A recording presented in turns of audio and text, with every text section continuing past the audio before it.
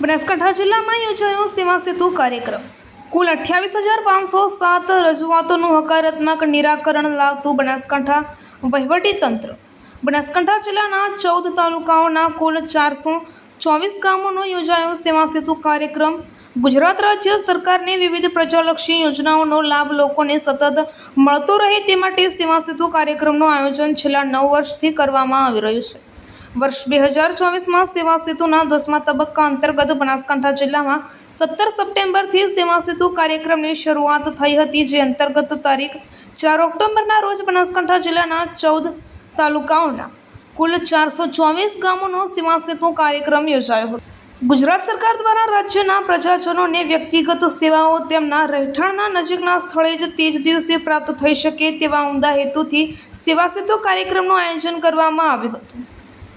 જિલ્લા કલેક્ટર શ્રી મિહિર પટેલ દ્વારા રાજ્ય સરકાર શ્રીની વિવિધ યોજનાઓના લાભો લોકોને સ્થળ ઉપર જ મળી રહે તે માટે સઘન આયોજન કરી દરેક તાલુકામાં કાર્યક્રમનું આયોજન કરાયું હતું। સેવા સેતુ કાર્યક્રમ અંતર્ગત બનાસકાંઠા જિલ્લા વહીવટીતંત્ર દ્વારા કુલ 28,507 રજૂઆતોનું સ્થળ પર જ હકારાત્મક નિરાકરણ કરાયું હતું।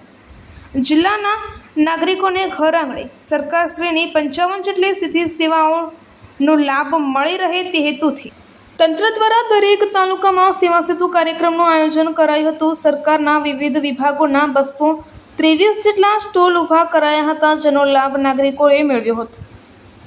જિલ્લામાં ભાભર તાલુકામાંથી 3,174, સુઈગામ તાલુકામાંથી 2,103, ધાનેરા તાલુકામાંથી 2,007, દાંતીવાડા તાલુકામાંથી 2,909, ડીસા તાલુકાની 1,923, કાંકરેજ તાલુકાની 3,595, વાવ તાલુકાની 2,505, થરાદની 2,101, દિયોદરની 1,871, વડગામની 1,351, લાખણીની 1,565, દાંતાની 1,283, અમીરગઢ તાલુકાની 1,475 તથા પાલનપુર તાલુકાની કુલ 1,705 રજૂઆતોનું હકારાત્મક નિરાકરણ કરાયું હતું। આજે વેડંચા ગામમાં સેવા સેતુનો પ્રોગ્રામ થયેલો છે।